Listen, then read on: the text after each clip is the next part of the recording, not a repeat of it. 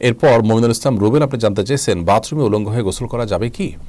বাথরুমে কিংবা টয়লেটে যেখানে আপনাকে অন্য কেউ দেখতে পাচ্ছে না এরকম জায়গায় গোসল করলে আপনি শরীরের সমস্ত কাপড় চোপড় খুলে বিবস্ত্র অবস্থায় গোসল করলে সেটি হারাম বা সরাসরি নিষিদ্ধ কোনো কিছু হবে না।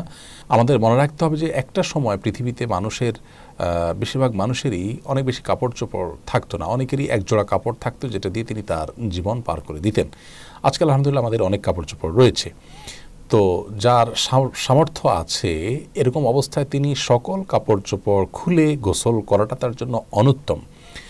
একজন সাহাবী নবী আকরাম সাল্লাল্লাহু আলাইহি ওয়াসাল্লামকে এই ধরনের একটি প্রশ্ন করেছিলেন, তিনি তখন তার জবাবে বলেছিলেন যে লাল্লাহু আহাক্কু আন ইউস্তাহিয়া মিনহু, কেউ একাকী আছেন, নির্জনে আছেন, তাকে কেউই দেখছে না, এমত অবস্থায় তিনি সকল কাপড় চোপড় খুলে ফেলবেন। এ বিষয়টি অনুত্তম, কারণ আল্লাহ তাআলা তাকে দেখছেন, আল্লাহর প্রতি তার লাজ লজ্জা থাকা উচিত অন্তত। আর এটি নানান দিক থেকে আমাদের জন্য ক্ষতিকর বটে, মানুষের স্বাভাবিক লজ্জা এটাও কমে যায়। এজন্য একান্ত প্রয়োজন না হলে বাথরুমে উলঙ্গ হয়ে গোসল না করাটা উত্তম।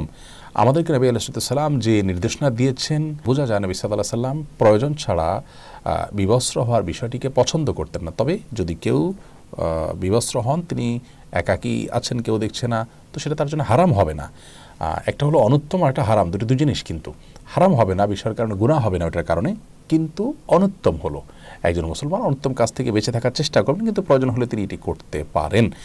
অতএব গোসলের সময় অন্তত নাভি থেকে হাঁটু পর্যন্ত সতর জায়গাটুকু ঢেকে থাকে এরকম গামছা বা তোয়ালে বা লুঙ্গি অনেক কিছু পরনে থাকলে অবস্থায় গোসল করাটাই হলো ভালো। প্রয়োজন হলে উন্মুক্ত করতে পারবেন সেটিও।